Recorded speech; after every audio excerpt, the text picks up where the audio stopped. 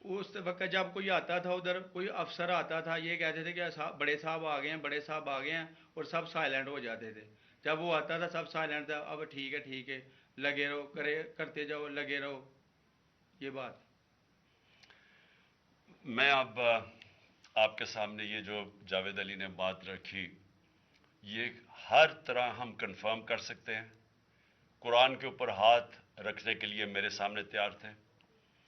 یہ عثمان ڈار کو پھنسانے کے لیے، اس کو کرپشن کیسز میں لانے کے لیے، یہ ساری چیز، یہ جو اس سے 164 کا بیان دلوایا گیا، اور پھر بیوی بچوں کو ساتھ والے کمرے میں لا کے ان کو کہا کہ اس کو ننگا کریں گے، یہ سیدھی بات بتائے، بیوی کو کہا کہ اس کو ننگا کر کے اس کی تصویریں بنائیں گے اور پھر فیس بک پہ چلائیں گے۔ میں آج اپنی بڑے رسپیکٹ سے، میں اپنی عدلیہ سے، میں اپنی چیف جسٹس صاحب سے کہنا چاہتا ہوں کہ دیکھیں، میں اب سے نہیں، جب سے ہماری حکومت گئی ہے، میں تب سے کہتا رہا ہوں کہ ہمارے بنیادی حقوق کی حفاظت کون کرے گا؟ شہباز گل کو اٹھایا، اس کو ٹارچر کیا گیا، اس کو ننگا کیا گیا، اس کو لٹکایا گیا اوپر، اس کو مارا گیا، اس سے بیان دلوا رہے تھے کہ عمران خان کے خلاف سٹیٹمنٹ دو، جو اس کو کہہ رہے تھے عثمان ڈار کے خلاف سٹیٹمنٹ دو۔ اس کو میں تب بھی، میں نے صرف ایک میرے منہ سے نکل گئی اور غصے میں نکل گئی کہ ہم جس جج نے ان کو ریمانڈ دلوایا تھا واپس، شہباز گل کو واپس جیل میں، جب وہ ٹارچر ہوا تھا، تو میں نے کہا قانونی کارروائی کریں گے، میرے اوپر کنٹیمپٹ نوٹس کیا گیا، لیکن کوئی کسی نے ایک کسٹوڈیل ٹارچر ساری دنیا کے اندر منع ہے، کسٹوڈیل ٹارچر کے اوپر کچھ نہیں ہوا۔ پھر اعظم سواتی کو اٹھایا گیا اور ساری قوم کے سامنے جو اعظم سواتی نے اپنے زبان سے بتایا کہ اسے کیا گیا ہے، ایک ٹویٹ کے اوپر، اس کا صرف ایک ٹویٹ کر دی تھی اس نے کہ NRO2 باجوہ نے دیا، جو سب قوم جانتی ہے، اس کے اوپر جو اس سے کیا گیا، پھر ویڈیو بھیجی گئی اس کی بیوی اور اس کی بیٹی کو۔ ایسی چیزیں اس ملک کی تاریخ میں کبھی نہیں ہوئی، یا میں تو نہیں کبھی سنی تھی ایسی چیزیں، شاید دہشت گردوں سے ہوتی ہوں، شاید کوئی باہر کے جاسوسوں سے ہوتی ہو، غداروں سے، لیکن اپنے شہریوں کو اس طرح کرنا اس ملک کی تاریخ میں کبھی نہیں ہوا۔ میں نے، جب مجھے گولیاں لگی، میں نے تب چیف جسٹس صاحب کو پہلے مخاطب ہوا، میں نے کہا دیکھیں، جنہوں نے مجھے یہ قتل کرنے کی کوشش کیا وہ سارے اقتدار میں بیٹھے ہوئے ہیں، اس میں یہ جو ایک آدمی ڈرٹی ہیری جب سے جنرل باجوہ لے کے آیا یہاں، تب سے یہ تشدد شروع ہوا ہے، شہباز گل کا، اعظم سواتی کا، مجھے گولیاں لگی، یہ جو داستان آپ سن رہے ہیں، سوشل میڈیا کے بچوں سے پوچھیں، جب سے یہ آدمی آئے ان سے اٹھ کے کیا ہوا، ان کو کم بند کمروں میں کپڑے اتارے گئے، ذلیل کیا گیا۔ ایک ماں باپ نے مجھے کال کی، انہوں نے کہا ابھی تک ان کا بیٹا نارمل نہیں ہوا، اس سے اوپر اتنا تشدد کیا کہ وہ ابھی تک نارمل نہیں ہوا، اور میں ان کو کہا، جس طرح اس کو جاوید کو کہا میں نے سامنے آؤ، سب ڈرتے ہیں، نامعلوم افراد سے سب ڈرتے ہیں، اور کوئی کسی قسم کی پروٹیکشن کسی کو نہیں ہے، کیونکہ یہ قانون کے اوپر ہے، یہ جو مرضی کر لیں، کوئی ان کو بچانے والا نہیں ہے۔ کوئی جاوید جیسے انسانوں کو جب یہ کرتے ہیں، اس کو پھر دھمکیاں دی گئی کہ تم نے یہ بتانا کسی کو نہیں ہے، تو ہم یہ کر دیں گے، ہم تمہیں یہ مروا دیں گے۔ تو یہ اس ملک کی، ہمارے پاس تو ایک ہی راستہ ہے، اور مجھے پتا ہے کہ عدلیہ کے اوپر پورا اٹیک ہے، یہ مافیا کا، یہ پولیٹیشن نہیں ہے، یہ مافیا ہے جو ٹیپیں بناتا ہے ججز کی، جو ہر قسم کی بلیک میل کرتا ہے۔ انٹیریئر منسٹر ٹیپ چلا رہا ہے کسی کی، یہ بالکل غیر قانونی چیز ہے، وہ جج کی ٹیپ چلا رہا ہے، وہ اس کی مریم وہ ٹیپ چلا رہی ہے کسی ارشد ملک جج کی، کبھی ثاقب نثار کی ٹیپ چل رہی ہے۔ یہ کسی مہذب معاشرے میں یہ چیزیں نہیں ہوتی،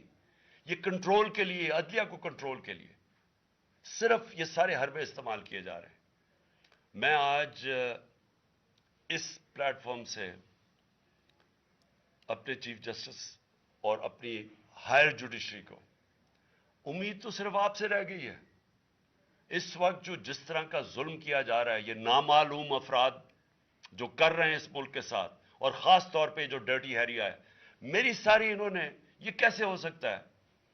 کہ میری جو ساری جے آئی ٹی کی رپورٹ تھی، جو انہوں نے فورینسک ایویڈنس جمع کی ہوئی تھی، وہ ساری ختم کر دی ہے.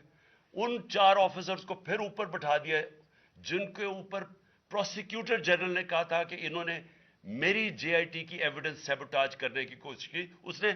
ٹیررزم کورٹ کو بتایا ہے، ان کو واپس لا کے اوپر بٹھا دیا ہے. یعنی اس سے انصاف ملے گا؟ ساری ایویڈنس ختم کر دی ہے، تو ہمیں کدھر جائیں گے ہم؟ میری ریکویسٹ ہے چیف جسٹس صاحب، یہ جاوید علی کی، اس کے اوپر سوٹ موٹو ایکشن لیں، پتہ چلائیں کہ یہ کون لوگ ہیں. اور اوپر سے اس نے نامعلوم افراد نے اس نے سنا کہتے ہوئے کہ پولیس کے اوپر سارا الزام لگانا، پولیس کو پنچنگ بیگ بنانا، اور کچھ نہ کہنا، نہیں تو ہم تمہیں یہ کر دیں گے، مار دیں گے. دیکھیں جی، وقت آ گیا ہے. میں اپنی جوڈیشری سے یہ کہنا چاہتا ہوں کہ یہ جو بھی آپ کا سب سے بڑی جوڈیشری کی سب سے بڑی ذمہ داری ہمارے بنیادی حقوق کی حفاظت کرنا ہے. یہاں جس طرح یہ رجیم چینج کے بعد جس طرح بنیادی حقوق ختم کیے گئے ہیں، لوگوں کو لاوارث چھوڑ دیا ہے، سمجھ نہیں ہے لوگ جائیں کدھر انصاف کے لیے. ہم نے ایک پرامن احتجاج جیل بھرو تحریک شروع کی. جو لوگوں کو اٹھا کے لے کے جا رہے ہیں، ان کو کپڑے نہیں دے رہے ہیں، ان کو دور دور لے گئے ہیں، کسی کو اٹک ڈرانے دھمکانے سے خوف پھیلا رہے ہیں. ایک طرف ایک پرامن احتجاج تاکہ ملک میں نقصان نہ پہنچے. اب ہماری قوم آگے مشکل میں ہے، مہنگائی میں ڈوب گئی. کبھی پاکستان کی تاریخ میں 41% مہنگائی انفلیشن نہیں ہوئی. چھوڑ کے گئے تھے 12% تھی، آج 41% ہے. ہم اس کے احتجاج کریں کہ چور اوپر بٹھا دیے، این آر او مل گیا ہے، پکڑ کے یہ حالات ہوتا ہے، سب کو ڈرانا دھمکانا، جرنلسٹ کو، صحافیوں کو، ٹی وی چینلز کو. تو میں صرف چیف جسٹس صاحب اور آپ اپنے سپریم کورٹ سے آج خاص درخواست کرتا ہوں کہ یہ جاوید علی کی کہانی سنیں، پوچھیں کون ذمہ دار ہے، کہیں تو لائن ڈرا کریں کہ اب ان کو خوف تو ہو کہ کوئی کھڑا ہے ان کے لیے، عوام کے لیے، عوام کے ساتھ کھڑا ہے. کوئی تو ایکشن لیں تاکہ عوام کو کوئی حوصلہ ہو کہ ہماری عدلیہ ہمیں بچائے گی. کون بچائے گا جاوید؟ سوچیں کہ بیوی بچوں کو ساتھ والے کمرے میں جا کے کہتے ہیں اب اس کو ننگا کر کے ہم اس کی تصویریں بنائیں گے. یہ کون سے معاشرے میں ہوتا ہے؟ یہ کوئی غدار ہے؟ کوئی ایک چوکی دار کی کلاس 4 کی نوکری کر رہا ہے، اس سے اٹھا کے یہ کیا کہ جی اس کے خلاف ایویڈنس دے، کہ وہ دیکھیں جی کتنا آپ نے اس کے لیے کتنی، پتہ نہیں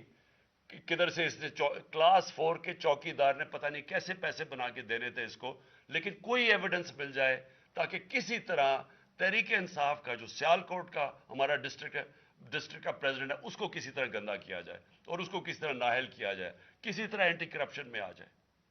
اور یہ ہے پنجاب کی جو انہوں نے کیئر ٹیکر گورنمنٹ، یہ جو ایک بددیانت دار ایک میں اس کا نام مجھے سمجھ نہیں آتا کہ ایسا گھٹیا چیف الیکشن کمیشن اس ملک کی تاریخ میں نہیں آیا، کہ شرم نہیں آئی کہ نیوٹرل کیئر ٹیکر یہ حرکتیں کرتا ہے. یہ نیوٹرل کیئر ٹیکر کے نیچے ہو رہا ہے.